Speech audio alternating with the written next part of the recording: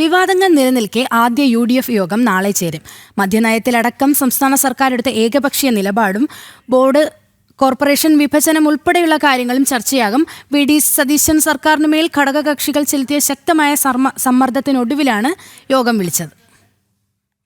ഭരണത്തിലെത്തിയതിന് പിന്നാലെ തൊട്ടതെല്ലാം പിഴച്ച 2 മാസം. പേഴ്സണൽ സ്റ്റാഫിലെ അളിയൻ നിയമനം, വീര്യം കുറഞ്ഞ മദ്യത്തിന്റെ നികുതി ഇളവ്, പ്ലീഡർ നിയമനം, PM ശ്രീ വിഷയം. UDF ചെയർമാനായി VD സതീശൻ അധികാരമേറ്റ ശേഷമുള്ള ആദ്യ സമ്പൂർണ്ണ യോഗം നാളെ ചേരുമ്പോൾ വിവാദ വിഷയങ്ങൾ തന്നെയാകും പ്രധാന ഹൈലൈറ്റ്. നിലവിൽ സർക്കാരും പാർട്ടിയും തമ്മിലുള്ള ബന്ധം സുഗമമായല്ല മുന്നോട്ട് പോകുന്നത്. സർക്കാരിന് മേൽ നിയന്ത്രണത്തിനായി ഉന്നതാധികാര സമിതി വേണമെന്നാണ് കോൺഗ്രസിനകത്തു നിന്ന് തന്നെ ഉയരുന്ന അഭിപ്രായം. മുതിർന്ന കോൺഗ്രസ് നേതാക്കളായ AK ആന്റണി, VM സുധീരൻ എന്നിവരാണ് ഉന്നതാധികാര സമിതി വേണമെന്ന ആവശ്യം മുന്നോട്ട് വെച്ചിട്ടുള്ളത്.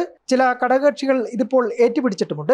ബോർഡ് കോർപ്പറേഷൻ തലപ്പത്തേക്ക് നിയമനങ്ങൾ നടന്നിട്ടില്ല. ഇക്കാര്യത്തിൽ ഘടകകക്ഷി നേതാക്കളെല്ലാം അതൃപ്തിയിലാണ്. ഇതിനൊപ്പം ക്യാബിനറ്റ് റാങ്കുള്ള പദവിക്കായി നീക്കങ്ങൾ സജീവമായി കഴിഞ്ഞു. വിവാദങ്ങൾ തലപൊക്കിയ സമയത്തെ വിഷയം ചർച്ച ചെയ്യാൻ വേദി കിട്ടാതിരുന്നതിൽ കടുത്ത വർഷത്തിൽ കൂടിയായിരുന്നു UDF-നകത്തെ മറ്റ് മുന്നണികൾ. കോൺഗ്രസിനുള്ളിലും അസംതൃപ്തി പുകയുകയാണ്. ജനം, തിരുവനന്തപുരം.